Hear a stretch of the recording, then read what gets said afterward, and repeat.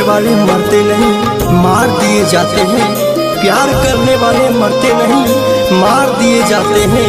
कोई कहते हैं मार दो इन्हें, तो कोई कहते हैं दफना दो इन्हें, पर कोई एक क्यों नहीं कहता कि मिला दो इन्हें।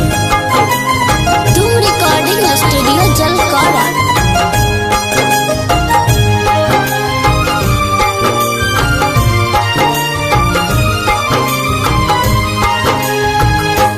हमर पगली से हम के मिलाई दिहे चंदा रे, हमर पगली से हम के मिलाई दिहे चंदा रे।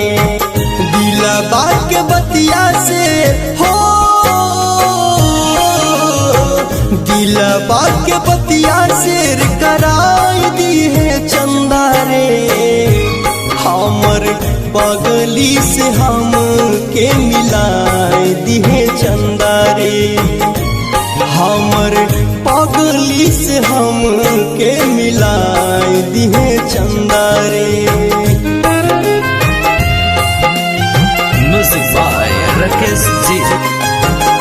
पत्थर की दुनिया जज्बात नहीं समझती, पत्थर की दुनिया जज्बात नहीं समझती। दिल में क्या है वो बात नहीं समझती।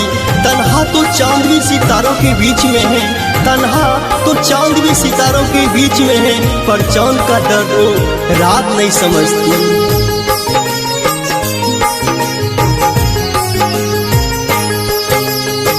हमरे नियान रोबई होते हमारा धा, ओकरा बिना छियै हम भी आधा।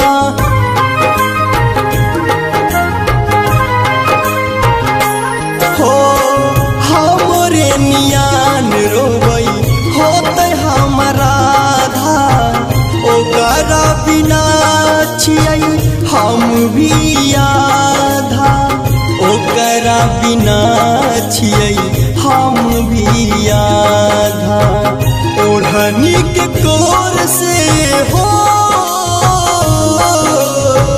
ओढ़नी के कोर से लोर पोछाई दिहे चंदा रे। हमर पगली से हम के मिलाई दिहे चंदा रे, हमर पगली से हम के मिलाई दिहे चंदा रे। एक दिन हम भी कफन ओढ़ जाएंगे, हर एक रिश्ता इस जमी से तोड़ जाएंगे। जितना सताना है सता लो, जितना सताना है सता लो, एक दिन रुलाते हुए सबको छोड़ जाएंगे, छोड़ जाएंगे।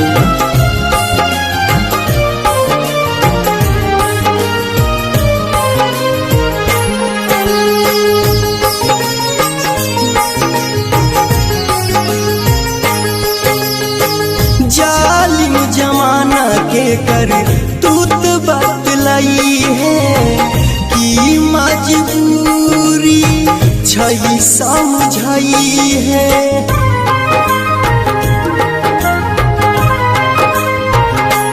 हो जालिम जमाना के कर तूत बतलाई है, कि मजबूरी छई समझाई है, कि मजबूरी छई समझाई है।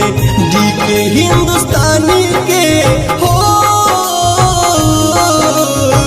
डी के हिंदुस्तानी के आवाज कहो चंदा रे। हमर पगली से हम के मिलाई दिहे चंदा रे, हमर पगली से हम के मिलाई दिहे चंदा रे।